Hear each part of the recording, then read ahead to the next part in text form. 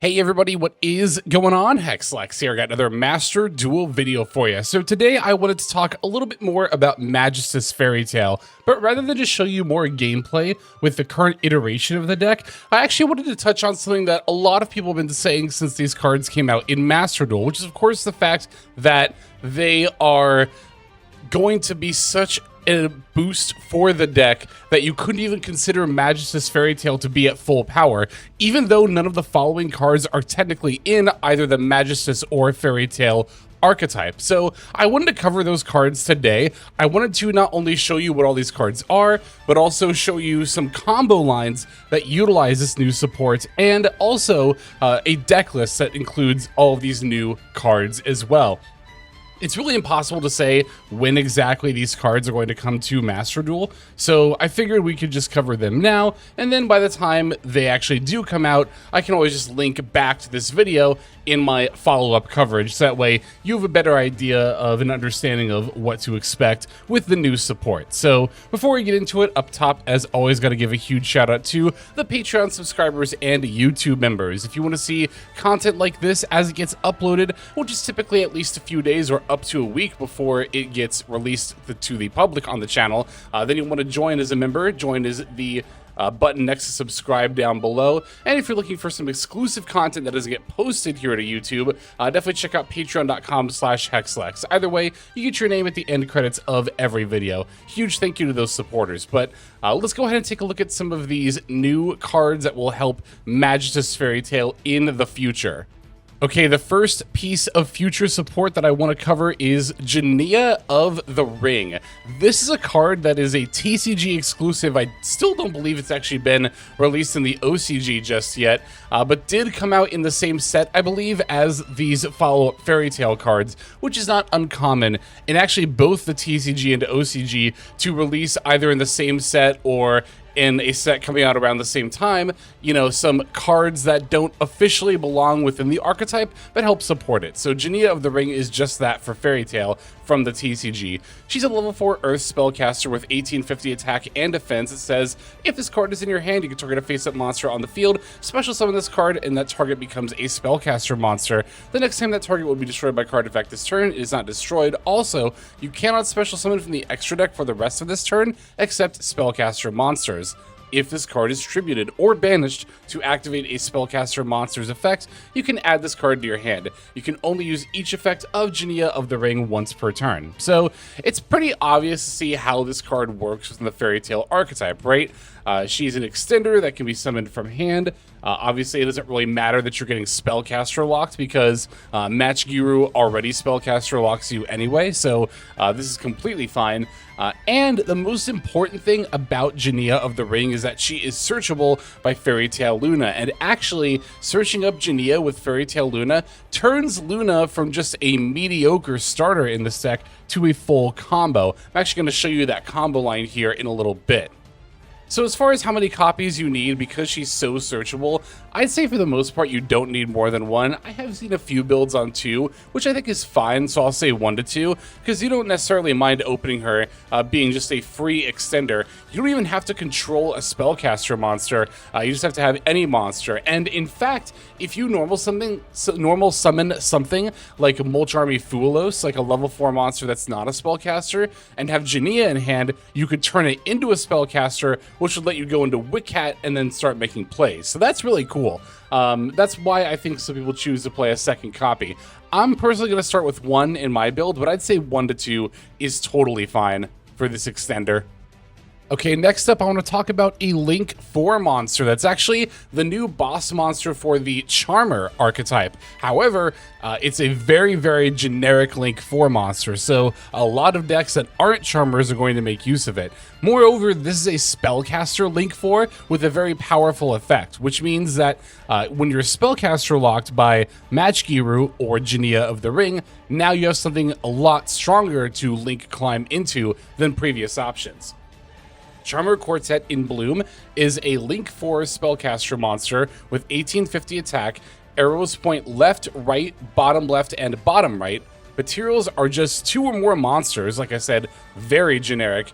And here's the effect. It gains 300 attack for each different attribute on the field. Once, while this card is face up on the field during the main phase, quick effect, you can target 2 monsters in your graveyard with the same attribute but different types, or with the same type but different attributes, and special summon both, also until the end of the next turn. This card and the special summoned monsters cannot be used as material for a fusion, synchro, exceed, or link summon. You can only use this effect of Charmer Quartet in Bloom once per turn. So not only does this let you link climb up to a body that will usually end up being somewhere between 2400 and 3k attack points, well, 2450 and 3050, but it also puts a lot of those bodies back onto your board. So again, I'm going to show you combo lines here, and I believe both of them that I have actually do make use of Charmer Quartet in Bloom, but it lets you do things like putting Fairy Tale Luna back on your board after using her as a material, because she is a very prominent end board piece. Some of the combo lines also involve using Teller as a material in order to link or fusion summon, and then you can simply revive her with the Charmer Quartet in Bloom.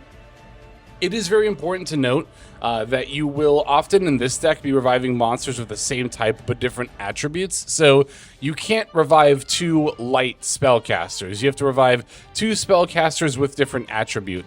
As mentioned, a decent amount of the time that is going to be something like the Teller, but it could also be some of your Magistus stuff as well, like Zorora, for example. So yeah, the Charmer Quartet in Bloom I would absolutely expect to see in every Magistus Fairy Tale deck once it's released. You only need the 1 copy, but it'll be an extremely powerful addition to your extra deck. Okay, so these next 4 cards are all part of the Endymion archetype. Now, when you think of Endymion, you are probably thinking of like the spell counters and stuff, but while this does share the name Endymion with those cards, this kind of wave of support is its own little like offshoot thing. It doesn't really care about spell counters, whether a lot of the effects are centered around this monster, Regulus the Prince of Endymion, which is a level 4 light spellcaster with 1700 attack and 1300 defense. The first time this card will be destroyed by battle each turn, it is not destroyed. You can only use each of the following effects of Regulus the Prince of Endymion once per turn. If this card is in your hand, you can reveal 1 other spellcaster monster in your hand. You lose life points equal to the revealed monster's level times 300, and if you do, special summon this card. If this card is special summoned, you can add 1 spell that mentions Regulus the Prince of Endymion from your deck to your hand. So this is more of an extender than a starter because it requires you to reveal another spellcaster in hand. That said, you could reveal non-engine spellcasters as well, like Joel and Lockbird, Effect Veiler if you choose to play it. Even if you open like a bricky spellcaster like Genni or Crowley, you could at least reveal 1 of them and then special summon Regulus. If you are able to special summon Regulus from there, Regulus will be full combo. Basically, the idea is that not only can Regulus end up putting multiple level 4 spellcasters on board, which obviously lets you go into Witcat, but it'll also get you a follow-up search for the Verre magic Lacrima of Light, which we've already seen in Master Duel, because that one's already out in Master Duel. We've already seen just how powerful that card is for the Magistus Fairy Tale deck. So I've seen a lot of builds play 2 to even 3 copies, and I actually like playing more copies of this card. Again, even if it's an extender or at most optimistic a 1.5 card starter, having it is very, very nice. Having that critical mass of spellcasters makes this card a lot more likely to be live. So, because it can reveal another copy of itself, it just says 1 other spellcaster in your hand. So I really like this card, and one of the combos I show you later on will be us full comboing off of a Regulus being special summoned. Alright, next monster from the Endymion archetype is a familiar face, Verre, the Maid of Endymion. She is a level 4 light spellcaster with 500 attack and 1400 defense. Notably, she's also always treated as a Witchcrafter card. So that's kind of important because it's important that she's not only a Witchcrafter but an Endymion, because both archetypes actually have spell cards that can search their respective monsters, right? Endymion has Spell Power Grasp and Witchcrafter has Witchcrafter Creation, making her extremely searchable. Her effect says gains 2300 attack while you have Regulus, the Prince of Endymion, in your field or graveyard. You can only use each of the following effects of Verre, the Maid of Endymion, once per turn. During your main phase, if a spell card or effect was activated this turn, you can special summon this card from your hand. If this card is special summoned, you can add one Witchcrafter spell trap or magical dimension from your deck to your hand. So, those spell cards I mentioned that can search her are also the ones that will allow her to special summon herself, because you would have then activated a spell card already that turn. So as far as the Witchcrafter spell card you're going to be adding, as alluded to before, it's always going to be Verre Magic Lacrima of Light. And because you will control a Witchcrafter monster, you can use Verre Magic to dump Witchcrafter Genni from your deck, then use Genni's Graveyard effect to copy the second effect of the Verre Magic, allowing you to special summon a Magistus monster from your deck, and then you can pop off and do full combo from there. So while Verre herself is an extender because she needs another spell card to be activated, she turns spell cards like Spell Power Mastery and Witchcrafter Creation into full combo for this deck, giving you many, many more options for starters in the form of those spell cards, which is really, really nice. She's also searchable by another spell card within this new Endymion support that we'll talk about here in a moment. So because she's so searchable, you really only need the one copy. I think I've seen some builds on two, which does make sense if you want a copy to always be in deck to be able to search, but I think one is enough, and I'll say 1 to 2 though. Alright, and we talked about Witchcrafter Genni when discussing the last card, but she's also got a form of support here. She is also Genni, the Maid of Endymion, who is also always treated as a Witchcrafter card. She's a level 1 wind spellcaster monster with 300 attack and 500 defense. That says if you control a spellcaster monster, you can special summon this card from your hand. During the main phase, quick effect, you can target a spellcaster monster you control, banish it, and if you do, special summon one Witchcrafter monster from your deck, except Genni, the Maid of Endymion. You can only use each effect of Genni, the Maid of Endymion, once per turn. So, like a lot of these other Endymion cards, she's an extender that requires a spellcaster, in this case, to be on the field, and then she can banish either herself or another spellcaster, most of the time going to be herself because she's only level 1, so she can't be used to make a rank 4, right? But by banishing her, you can then summon a Witchcrafter monster from deck, which would be Verre, the Maid of Endymion. She doesn't really care how she gets special summoned. If she is special summoned, she gets to search for a Witchcrafter spell. So this is an optional searcher for the archetype. I guess the fact that you can banish other spellcasters and leave her in play could, in theory, come up, but I don't foresee it coming up too often. This one's very optional, as mentioned. I'll say 0 to 1 copies because I couldn't really find anybody playing more than one of her, and I did find a fair amount of people who chose not to include her at all. But another optional searcher slash starter for this, mini engine of Endymion here. Alright, moving on to spells, we've got Endymion Empire is a continuous spell card that says when this card is activated, add one Regulus, the Prince of Endymion, or one monster that mentions it from your deck to your hand. Then if your opponent controls a monster, you can special summon one spellcaster monster from your hand. If a card you control be destroyed by battle or card effect, you can destroy one Regulus, the Prince of Endymion in your hand, or face up Monster Zone instead. You can only use this effect of Endymion Empire once per turn. You can only activate one Endymion Empire per turn. Pretty easy to see how this card functions here. Able to just search up your Regulus if you have another spellcaster monster to special summon him, or if not, you can still just search up Verre, the Maid of Endymion, who can then special summon herself because you would have activated a spell card, and then go full combo. Not much to say about this one, especially because we've already talked about all the other Endymion monsters here. I think it's pretty obvious to see how this one fits in. You could play really any number from 1 to 3 because it's technically searchable off of the Regulus, the Prince of Endymion. You don't need to have a full playset, but it is also a searcher for Verre, which would then let you go full combo, so there is that justification for playing a full playset. It's kind of funny how, right now, Magistus Fairy Tail's biggest weakness feels like it doesn't have enough starters and enough ways to go full combo in the deck, but once we get this Endymion support, that problem is so non-existent. As you can see, you have so many different ways to set up your plays with these cards here. So any number of 1 to 3 of Endymion Empire is definitely good enough. Regulus's Arrow. This is another card within this wave of Endymion support, another spell card. I thought I'd mention it here as well. It's a quick play spell that says if you control Regulus, the Prince of Endymion, activate one of these effects. Either destroy one monster your opponent controlled that controls that battled this turn, or when a normal or quick play spell card is activated, negate that effect. During your main phase, you can banish this card from your graveyard, then target one Regulus, the Prince of Endymion, or one monster that mentions it in your graveyard and special summon it. You can only use each effect of Regulus's Arrow once per turn.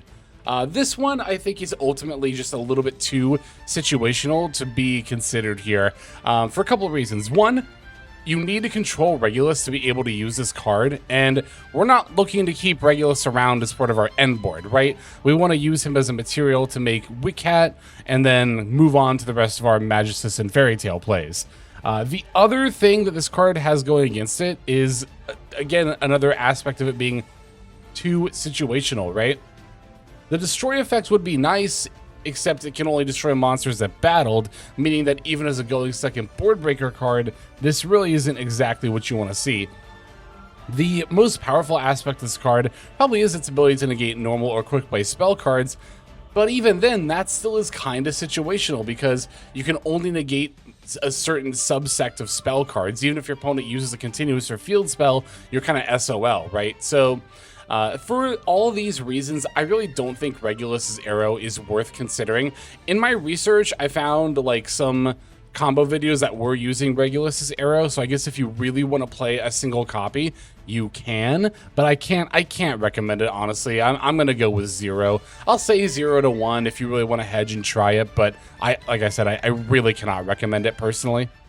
Okay, so as mentioned before, I want to show you all some combo lines that utilize the new support. I also mentioned before that Fairy Tale Luna, with the support of Genia of the Ring, is actually going to be full combo by herself. So here is how. We're also going to go into the new League 4, Charmer Quartets in Bloom. We're going to begin with Normal Summon Luna, activating her effect to add Genia of the Ring, who can special summon herself by targeting the Luna, and then we can overlay the two into Wickhat. Now Wickhat can detach both in order to mill Magigiru and Tails. We'll special summon Magigiru by her effect, adding Fairy Tale Ball, which will then be activated to add another Luna. Now Tails can equip to Giru, Normal Summon Luna from the effect, add Snow. Now we'll use the effect to fuse Wickhat and Snow into the Teller.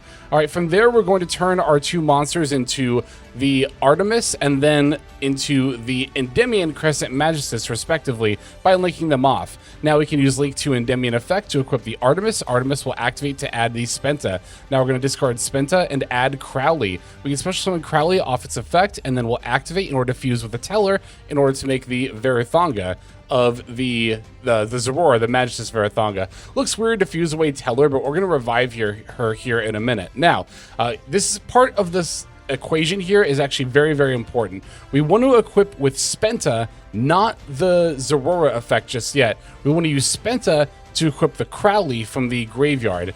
That way we can send them both for the Chorozo. Now we're going to activate the Zorora effect to equip the Crowley once again, and then we're going to link into the Selene, Queen of the Master Magicians. Got to do it in that order in order to get 3 spell counters, because we only have 1 spell in our graveyard, the Tails, so the other 2 are going to be the Ball and the equipped Crowley. If you equip and then send away for Zorora, then link summon, you won't have anything in your spell trap zone, you'll only get 2 spell counters, and you won't be able to summon off of the Selene.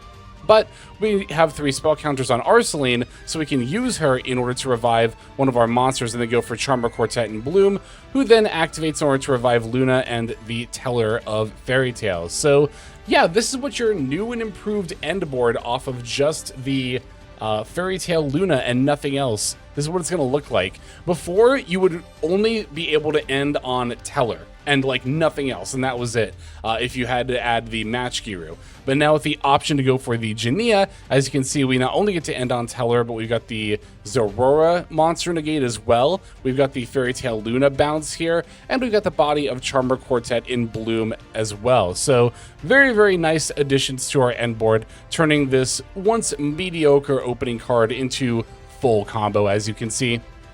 Okay, so I mentioned that Regulus, the Prince of Endymion, is actually a really good 1.5 card starter if you have any other spellcaster monster in your hand to reveal, even if it's off engine like Droll and Lockbird or Veiler or something like that. So Here is how you would play that out. I'm also going to show you an alternative way to climb up to Charmer Quartet in Bloom. So we're going to begin by using the Regulus effect. We'll reveal the Droll in order to special summon. Now we can add the Empire. Empire is going to activate to add Verre.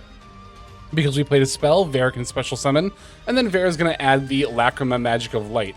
This is really nice in particular because we don't even necessarily need to use it as part of our combo line, but now, if you get hand trapped, you can just activate this, chain it to the hand trap, and special summon a Magistus monster from your deck. So this combo line is not only full combo, it also adds hand trap insurance as well. But yeah, we're going to turn our level 4 spellcaster monsters into Witcat, who's then going to activate, detaching both to send Giru and Tails. Giru revives off her effect and then adds Fairy Tale Ball. Ball is going to activate in order to add Luna. Tails will equip to match Giru and then extra normal summon Luna, who can then add the Snow to hand. Now we use Tails, fuse Witcat and Snow into Teller, and then just as before, we're going to link one of our remaining non-Teller bodies into Artemis, and then link both into the Endymion Link 2. Now, Endymion, the Crescent Magistus, can activate, equipping the Artemis. Artemis is going to activate and add the Spenta, and then we're going to use Spenta to discard and add Crowley. But it's really important to note, for this iteration of the combo, we're actually not going to activate Crowley just yet, and you'll see why here in a moment.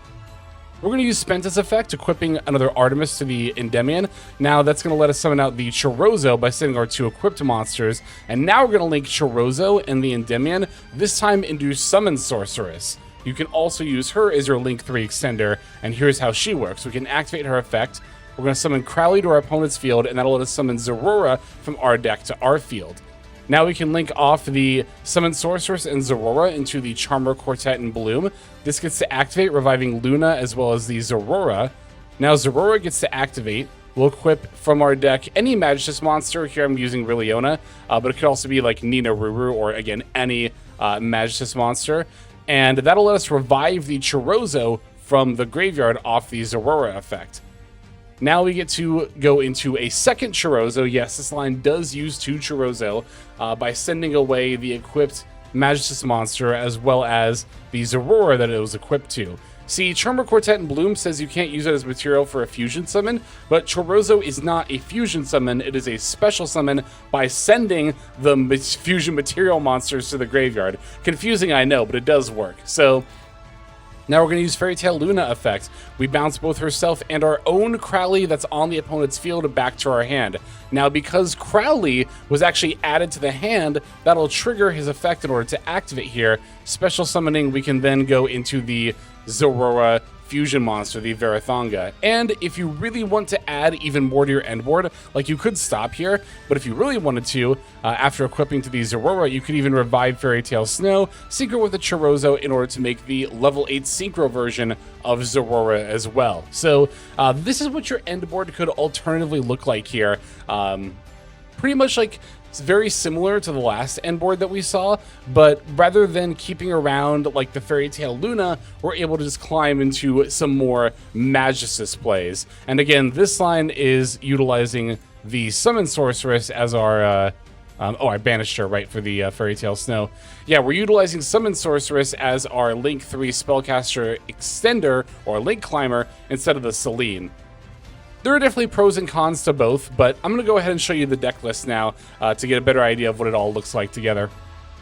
Alright, so here is my deck list for Magistus Fairy Tale, including all of the new support. I put it all down here at the end, so that way you could more clearly see, you know, all of the different support cards here. I think Genni, ultimately, I'll probably end up cutting from the list, but I wanted to include her here just because I think she is a pretty viable new piece of Endymion support. I think almost all of the new Endymion cards are really, really good for Magistus Fairy Tale. The exception of that, in my opinion, again, being Regulus Arrow.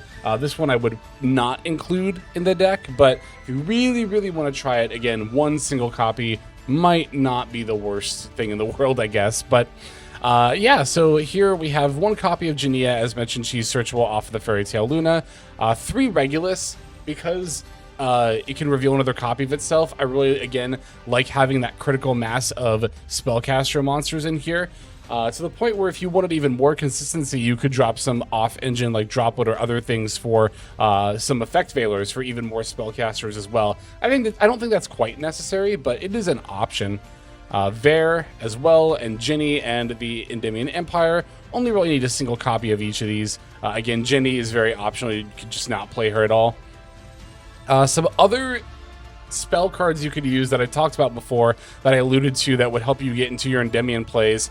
Spell Power Mastery is a card that lets you add an Endymion card from your deck to your hand, and then the spell counter effect that follows is totally optional. The most important part is that it's Rhoda for your Endymion cards, which again could be the Regulus if you've got a spellcaster in hand, but even if not, you can just add Verre and then special summon her off her own effect. You can also add Verre off a couple of Witchcrafter cards like Witchcrafter Creation, or the new field spell card, Witchcrafter Walpurgis as well. Walpurgis? I'm sure I butchered the pronunciation of that. But yeah, lots of options to be able to search for, your plays here with all these different spell cards. And I'm not even including any of them in my build. I think they are pretty optional at the end of the day. But it's really nice to have a lot more flexibility as far as like how you want to be able to start your Magistus Fairy Tale plays, as opposed to right now where it's kind of like, hope you open Spenta or, Metamorphosis, or, the Riliona here is pretty good as a starter as well, but not quite the same level as stuff like Regulus and Luna once Genni comes out. And as mentioned before, if you want to climb up to the Charmer Quartet in Bloom, you have a couple of different options. There's Selene, Queen of the Master Magicians, and the Summon Sorceress as well. They each have their own pros and cons. I think the Selene is a lot simpler to pull off, but you do have to make sure that you're watching the number of spell cards that are on your field and graveyard. It's really easy to end up with only 2 and not even realize it. So, as I showed you during that combo line, you really have to sequence your effects in the right order to make sure you've got 3. You could also go for Summon Sorceress, who does have a lot more, extending ability as far as, flooding out the board. Searching out your Zorora is really nice, but does require you to jump through some extra deck hoops to play her, like having the second Chorozo, and, the level 8 Zorora as well. So, like I said, there are pros and cons, right? I think second Chorozo is pretty solid, even if you're not on Summon Sorc. There are situations where you could go into, Borload Savage Dragon, right? And then still be able to do your full combo if you're on 2 Chorozo. So I might actually end up crafting a second one once all this, extra support comes out. But yeah, like I said, there's just a ton of different ways that you can build out your Magistus Fairy Tale once these new cards drop. So I'm really, really eager for them to come out.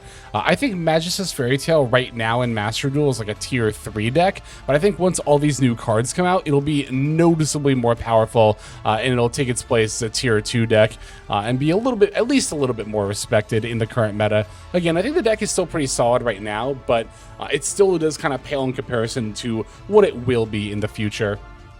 All right, so that's pretty much going to do it for talking about future support for Magistus Fairy Tale. Been having a ton of fun playing this deck since the follow-up Fairy Tale support came to Master Duel.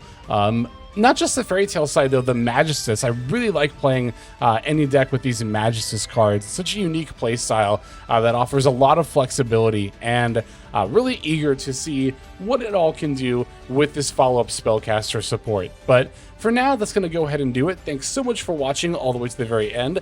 That is definitely one of the best ways to support smaller YouTube channels like myself. And speaking of support, let's go and thank our YouTube members and Patreon subscribers now during the end credits for their very generous support.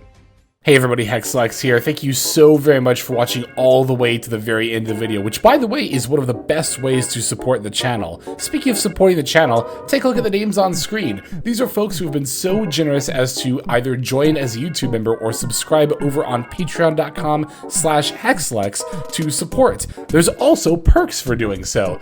If you would like to see YouTube videos early, as well as some exclusive videos that get uploaded to YouTube, but for one reason or another I decide not to publish, definitely go ahead and hit that join button to see content early, as well as some exclusive content. If you're looking for more exclusive content, over on patreon.com, I upload exclusive videos that are not posted on YouTube just about every single day. Whether you choose to subscribe over on Patreon, join as a YouTube member, or simply continue to watch, your support is greatly appreciated. Thank you so very much. But for now, this is Hexlex. I am signing out, and I hope that you have a fantastic day.